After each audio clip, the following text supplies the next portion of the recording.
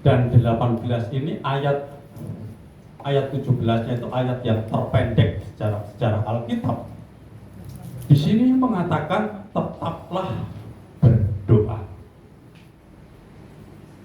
Ayat 18, mengucap syukurlah dalam segala hal, sebab itulah yang dikehendaki Allah di dalam Kristus Yesus bagi kami. Mengapa Rasul Paulus mengajarkan umat-umatnya, jemaatnya untuk tetap berdoa? Mengapa? Kenapa sih kita harus tetap berdoa? Dan kenapa kita orang percaya harus tetap mengucap syukur? Apa alasan Rasul Paulus mengajarkan ini semua? Pasti tentu ada alasannya.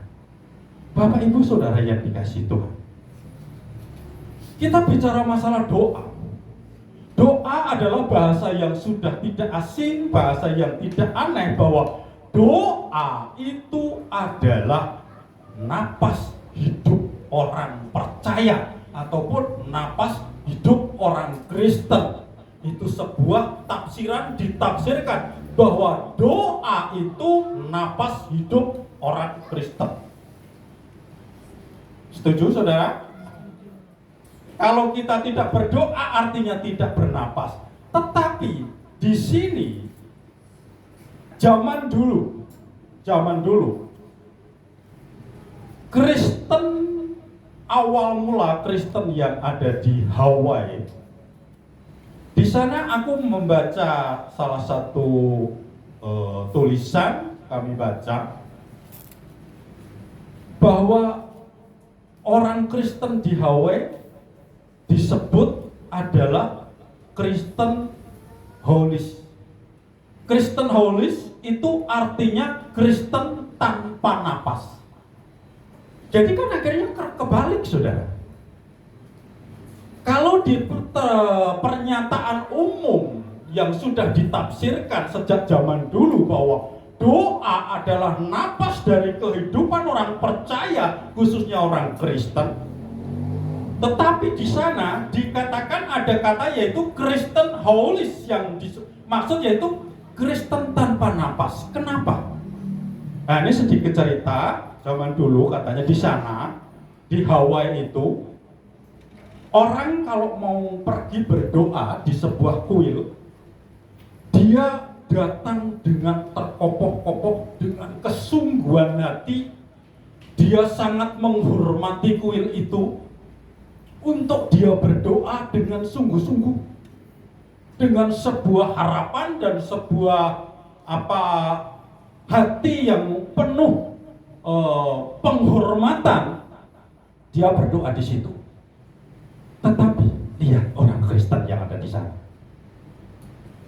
Orang Kristen tuh kalau berdoa cuma kecuis dalam nama Yesus, amin, sudah selesai. Di sini ada yang begitu? Ya. Kalau kita lihat sebuah ayat, mari kita akan lihat dulu ya. Sebenarnya doa yang layak itu seperti apa? Kita akan melihat di dalam 1 Samuel.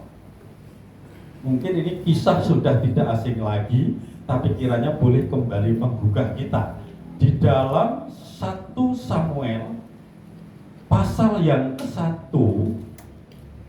Nah, akan saya bacakan dari ayat pertama sampai seterusnya, dan kita akan bahas satu persatu ya.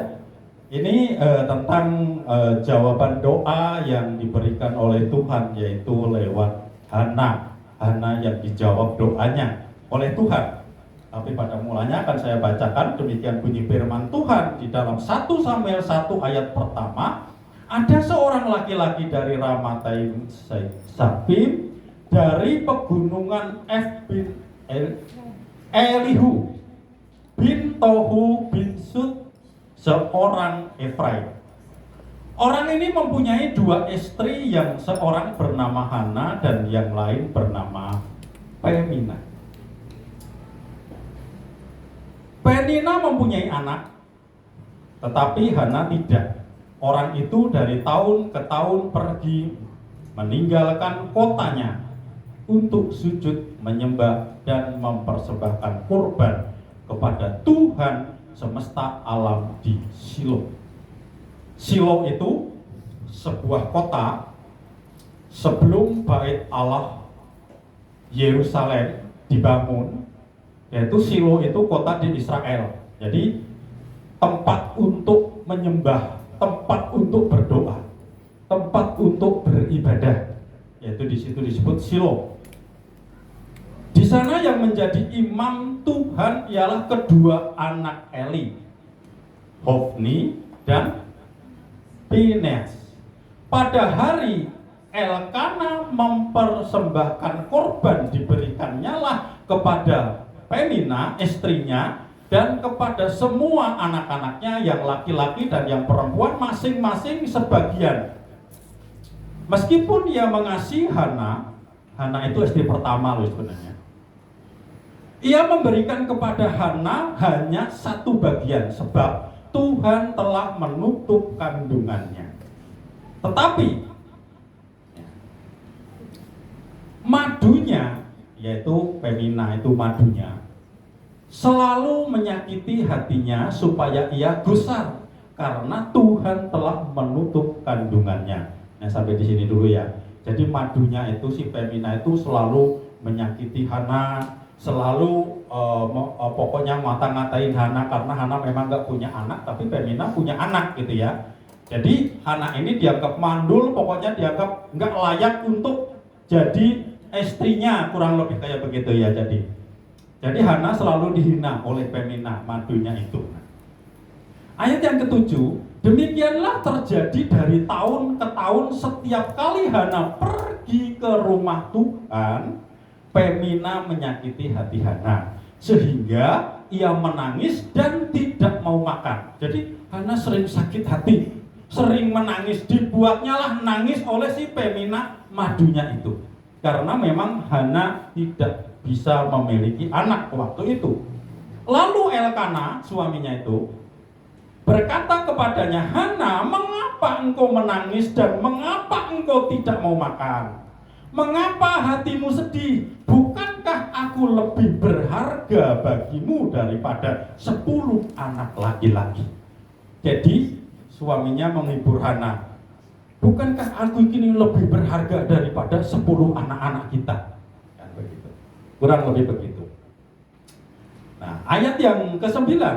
Pada suatu kali setelah mereka habis makan dan minum di Shilo, di tempat ibadah itu tadi, berdirilah Hana sedang Imam Eli duduk di kursi dekat tiang pintu bait suci Tuhan. Dan dengan hati pedih ia berdoa kepada Tuhan sambil menangis terseduh-seduh. Hana berdoa sambil menangis terseduh-seduh.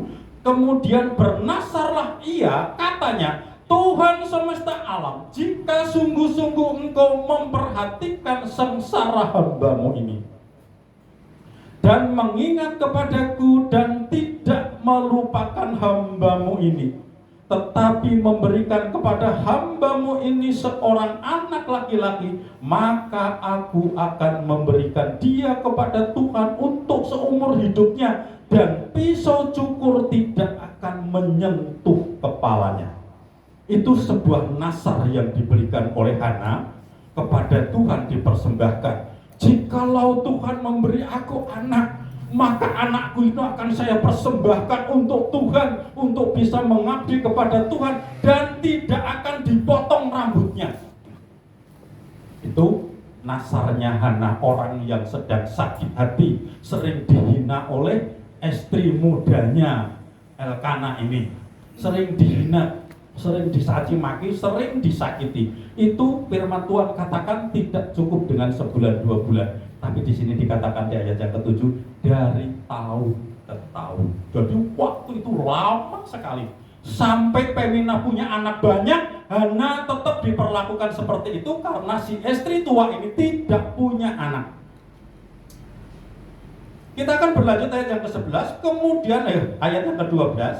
Ketika perempuan itu terus-menerus berdoa di hadapan Tuhan, maka Eli mengamati mulut perempuan itu Dan karena Hana berkata-kata dalam hatinya dan hanya bibirnya saja bergerak-gerak tetapi suaranya tidak kedengaran, maka Eli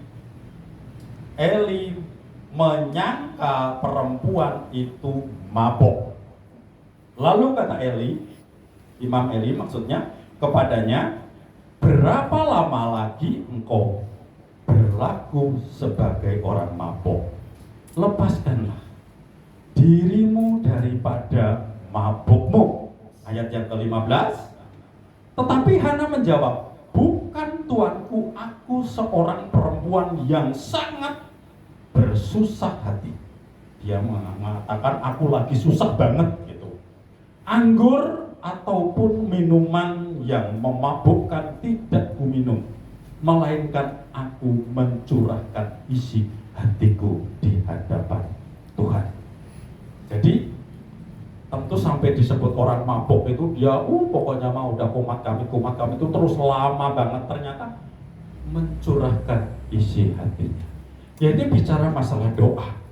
Kenapa di Hawaii disebut Kristen Haulis, disebut Kristen tanpa napas, sedangkan orang Buddha, orang Hindu itu pun mengakui bahwa doa itu adalah napas daripada kehidupan orang percaya.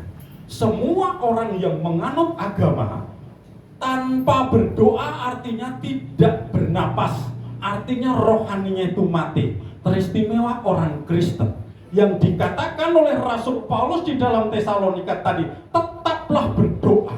Kenapa orang harus tetap berdoa? Kenapa orang harus selalu mengucap syukur? Kita menyimpang sedikit. Kenapa kalau di gereja ditanya, Bapak Ibu Saudara apa kabar? Luar biasa. Ada nggak firmannya? Ayatnya luar biasa? Ada nggak? Nggak ada ya? Luar biasa nggak ada. Tetapi yang ada apa? Apa yang Tuhan jadikan saat ini? Mari kita baca. Di dalam Kejadian, apa katanya di sana? Kejadian 1 ayat 31. Ya, maka Allah melihat segala yang dijadikannya itu sungguh amat baik. Jadilah petang dan jadilah pagi, itulah hari yang ke-6. Apa yang dijadikan Allah itu sungguh amat baik. Satu contoh, beberapa minggu yang lalu saya bawakan firman Tuhan. Tuhan mengizinkan kenapa Musa harus dihanyutkan ke sungai. Tetapi apa yang terjadi? Walaupun saat itu secara kasat mata itu adalah orang gila, kenapa anak dipalitkan? Tetapi hasilnya apa? Bisa membawa bangsa Israel keluar dari Mesir. Sungguh amat baik. Kenapa Tuhan Yesus waktu lahir harus diungsikan dulu?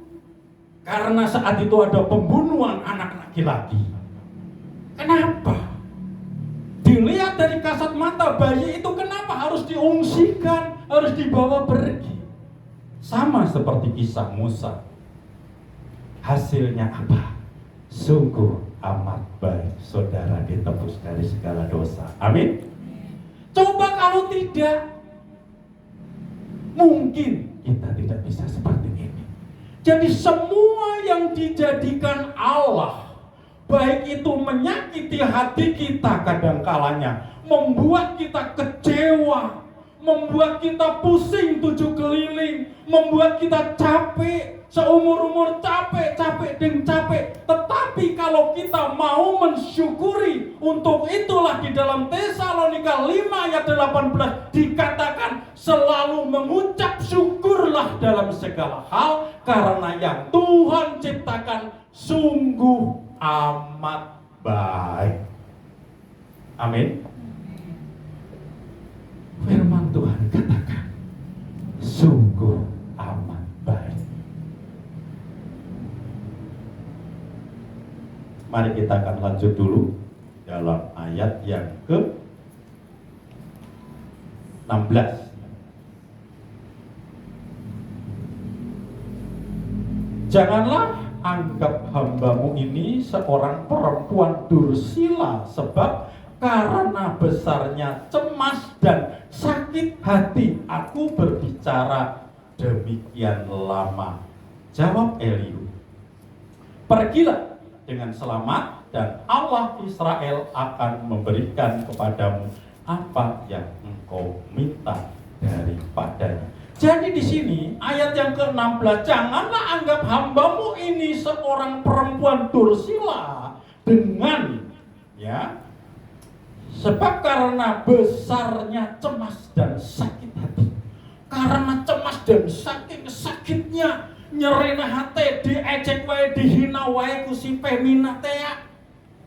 Ku tebuka anak, dia mengadu kepada Tuhan. Dia minta kepada Tuhan dengan keluh kesah. Dia ungkapkan isi hatinya, segala-galanya dia ceritakan.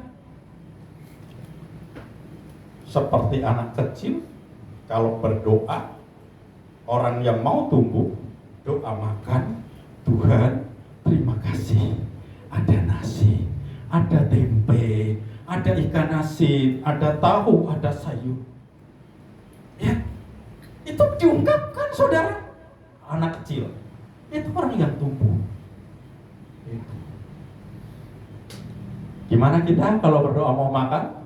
Aing nah, padahal segala ada. Kan udah beda lagi kan? Jadi saat berdoa cuman Tuhan berkati makanan ini dalam nama Yesus, amin. Jadi tidak ada pernapasan lewat doa, tidak mempernapaskan doa itu dalam hidup kita. Untuk itu di Kristen Hawaii disebut Kristen Holis, yang artinya Kristen tanpa napas. Kalau doa teh cuma sekedar. Kenapa itu pun terjadi? Saudara, kalau kita ingat bahwa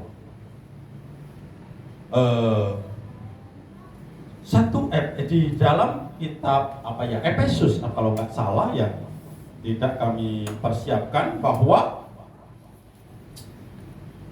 di Tesalonika itu juga dari zaman dulu orang-orang Tesalonika itu menunggu Yesus kembali. Ada nyanyian yang mengatakan begini, kapan Yesus kembali, kapan Yesus kembali di dalam dunia ini, tak akan lama lagi. Dari zaman dulu tak akan lama lagi, tapi kenapa sampai sekarang Tuhan Yesus belum datang? Kenapa? Tapi dari zaman dulu tuh Yesus mau datang, tidak akan lama lagi. Betapa senang hatiku kalau sudah ketemu. Luar biasa. Kalau kita ketemu Yesus pasti akan senang. Tapi kenapa sampai sekarang Tuhan Yesus belum datang kembali? Kapan pertemuan kita di udara? Pertemuan di awan-awan itu kapan? Kapan turunnya kota yang dijanjikan Allah, yaitu Yerusalem baru? Kita masuk ke sana kapan? Dari zaman Tesalonika.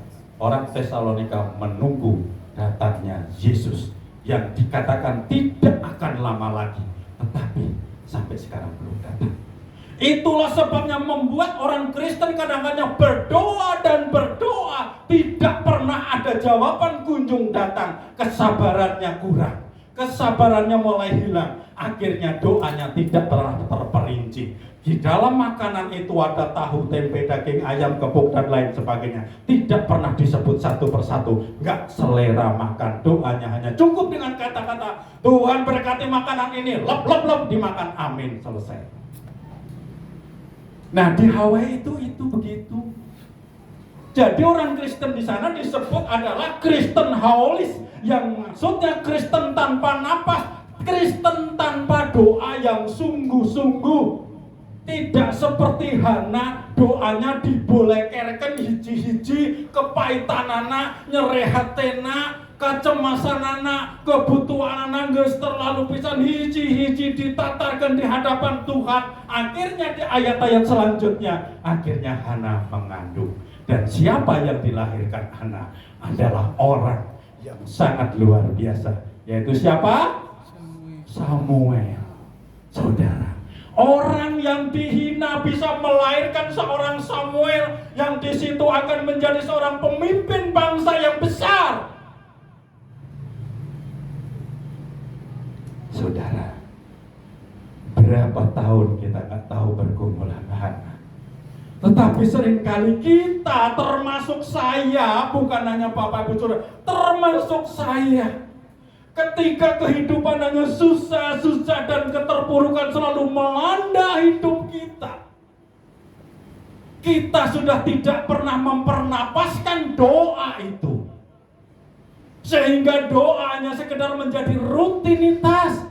Doa hanya menjadi kata-kata yang diungkapkan dengan biasa-biasa, tetapi bukan doa yang didasari dari hati yang paling dalam, yang kita rinci di hadapan Tuhan satu persatu. Tuhan, ini loh masalahku, Tuhan inilah aku, ini bagaimana Tuhan. Besok kolektor datang, besok nonagih datang, besok teboga beas.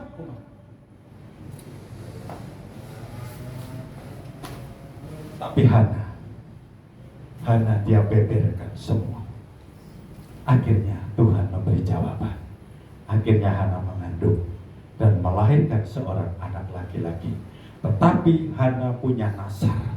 Ketika nanti anakku lahir, akan kupersembahkan kepada Tuhan seutuhnya, sepenuhnya, dan tidak akan dipotong rambutnya. Tapi nasarnya Hana itu dipenuhi, terpenuhi. Samuel akhirnya diserahkan. Di sini dikatakan bahwa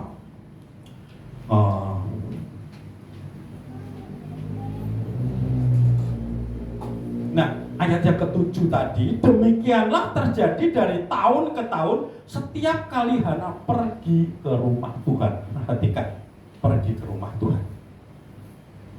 Doa di rumah dengan doa di gereja beda, saudara. Beda. Di rumah berdoa, baik. Oke, memang itu harus mesbah doa di rumah. Tetapi bagi orang yang saking rindunya, Hana tiap berdoa itu pergi ke rumah Tuhan. Yaitu pergi ke Selo. Dari rumah tinggalnya itu sangat jauh. Mungkin lebih jauh dibandingkan Pasir Jati ke Bojong Sereh, ya. Ini lebih jauh mungkin gitu.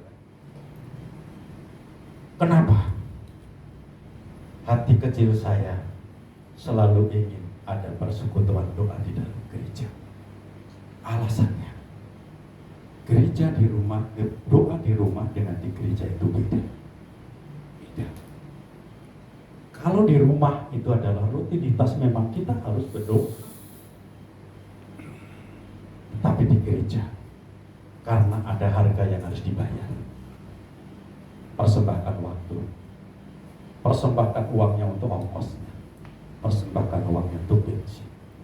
Artinya kalau tidak ada hati yang rindu untuk berdoa, buat apa jauh-jauh ke gereja? Setuju? Orang pergi ke gereja untuk berdoa artinya hatinya rindu, pengen banget berdoa, pengen banget menyembah Tuhan,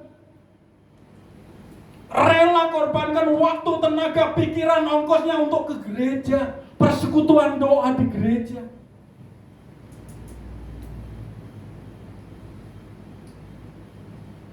Hana berkeluh kesah, tidak hanya di rumah, ada sarwa doa di ibadah di gereja. Beda, sudah. Beda.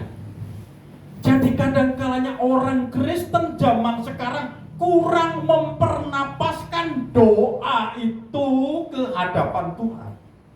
Jadi doa hanya sekedar ungkapan yang keluar dari mulut, tetapi bukan dipernapaskan yang keluar dan diisap keluar dan diisap menjadi sirkulasi udara di dalam tubuh ini. Harusnya doa itu selalu dipernapaskan, yaitu menjadi sirkulasi keluar masuknya udara di dalam tubuh. Itu adalah doa. Sehingga dari satu persatu kata-kata doa selalu dibeberkan di hadapan Allah, sehingga Allah menjawab doa seperti apa yang dialami oleh Hana. Ada sebuah pertanyaan. Kalau begitu doa Pak Bagus semuanya dijawab Tuhan? Tidak semuanya dijawab Tuhan.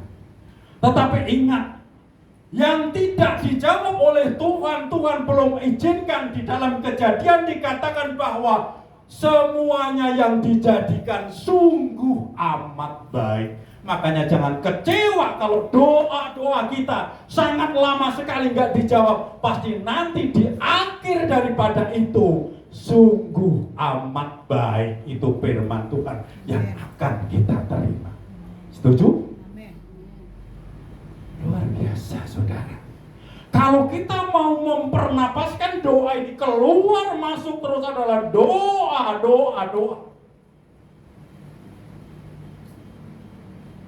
Tapi kenapa di Tesalonika tadi dikatakan hendaklah kamu bersyukur dalam segala hal.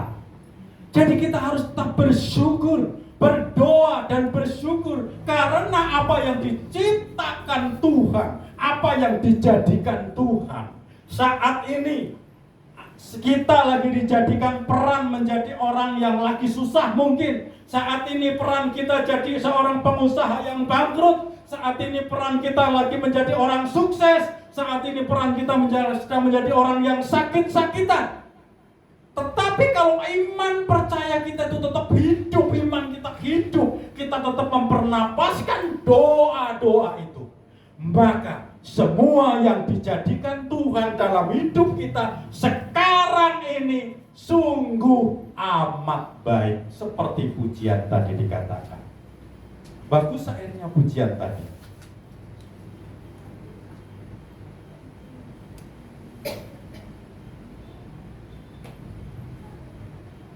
Kedua.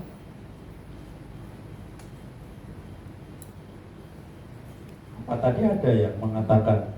Yang kedua, Pak. Yang kedua. Saya teringat ini. Engkau baik. Nah, engkau baik, teramat baik. Engkau baik, teramat baik. Memang firman Tuhan dikatakan bahwa setelah Allah melihat semua yang dijadikan itu, Dia berkata sungguh amat baik. Di dalam Kejadian tadi Dia sangat baik.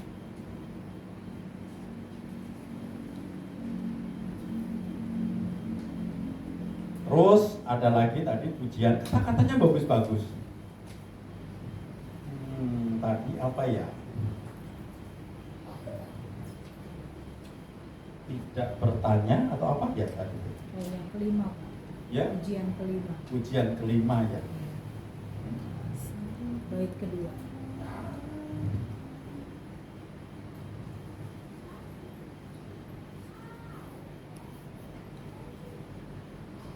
Tanpa 1000 tanya. Harusnya kita sebagai orang Kristen itu tanpa 1000 tanya. Gak usah tanya, kenapa Tuhan aku susah? Kenapa Tuhan doaku gak dijawab? Kenapa Tuhan aku sakit-sakitan? Kenapa Tuhan? Selalu bertanya kenapa Tuhan, yang akhirnya ujung-ujungnya menyalahkan Tuhan. Tidak pernah menyadari bahwa hidup ini harus tetap berdoa dan selalu mengucap syukur. Itu adalah firman yang dikatakan oleh Rasul Paulus. Kenapa Rasul Paulus mengatakan itu? Memerintahkan jemaatnya untuk tetap bersyukur dan berdoa. Karena Rasul Paulus tahu persis siapa Allah yang kita sembah. Yesus Kristus yang janjinya tidak pernah ingkar janji. Mari kita coba lihat di dalam 2 Petrus 3 ayat 9. Apa kata firman Tuhan dikatakan di sana? 2 Petrus 3 ayat 9. Tuhan tidak pernah lalai menepati janjinya. Sekalipun ada orang yang menganggapnya sebagai kelalaian, tetapi ia sabar terhadap kamu, karena ia menghendaki supaya jangan ada yang binasa, melainkan supaya semua orang berbalik dan bertobat. Itulah sebabnya Tuhan belum datang sampai saat ini. Tuhan menghendaki semua orang bertobat dulu. Ini di CKI sini udah bertobat semua belum? Kan gitu. Masih banyak orang-orang yang memberontak, masih banyak orang-orang yang menyangkal Tuhan.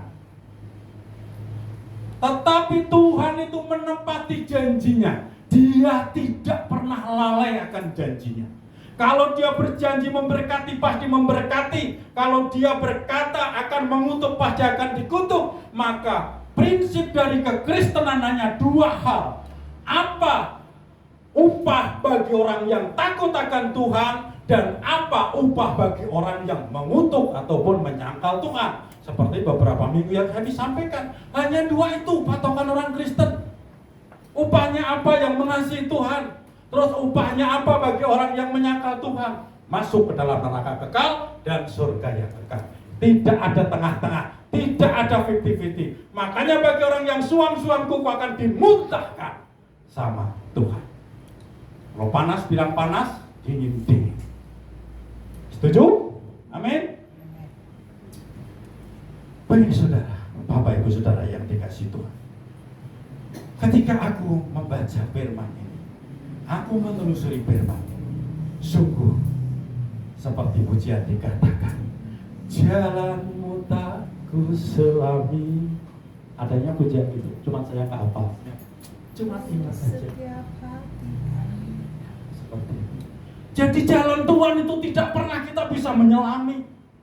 Kenapa buat ayeuna jadi hirup teh susah? Bahwa mau orang teh loba duit, ayeuna hameuneun hese-hese teuing. Tapi ketika ingat jalan tak kusalah. Tetapi harus kita terima bahwa sungguh amat baik yang Tuhan jadikan. Seperti Hana. Walaupun dihina, dicaci, dimaki oleh madunya, tetapi dia tetap berdoa. Dia tetap memohon. Dia tahu bahwa janji Allah itu tidak pernah ingkar, bahwa Allah tidak pernah mengingkari janjinya. Tapi suatu ketika Hana bisa mengandung dan akhirnya melahirkan seorang putra yang sangat luar biasa, yaitu Samuel. Bapak Ibu Saudara yang dikasihi Tuhan, jangan berkecil hati. Mari kita belajar, jangan kita menjadi berkecil hati. Termasuk saya. Kadang-kalanya saya juga pun sama. Suka bertanya kepada Tuhan, Tuhan, saya lelah. Tuhan, saya capek. Tuhan, saya begini. Kenapa ini kok jadi begini? Kenapa jadi begini? Tetapi di sini tadi pujian mengatakan, nggak usah banyak tanya, nggak usah. Semua yang dijadikan Tuhan itu sungguh amat baik, akan mendatangkan kebaikan. Kenapa Rasul Paulus menekankan? Tetaplah berdoa dan selalu mengucap syukurlah dalam segala hal. Karena hanya doa dan ucapan syukur itu yang bisa menyelamatkan kerohanian kita, yang akan meningkatkan iman percaya kita. Seperti Hana. Di sini dikatakan ayat yang ke-7 tadi, dari tahun ke tahun dia pergi ke tempat ibadah, menyembah, mempersembahkan korban, dicaci dan dimaki, dihina sama Penina. Tapi dia tetap berjalan, tetap lakukan. Dia enggak langsung cari dukun juga, enggak cari tabib, enggak. Dia tetap percaya kepada Tuhan, percaya. Sehingga firman Tuhan yang terdapat di dalam Petrus 2 Petrus 3 ayat 9 ini pun terjadi di dalam kehidupan Hana, bahwa Allah tidak pernah lalai akan janjinya. Allah memberkati. Akhirnya Hana punya seorang anak. Bapak Ibu Saudara yang dikasihi Tuhan, pesan kebebasan firman Tuhan saat ini.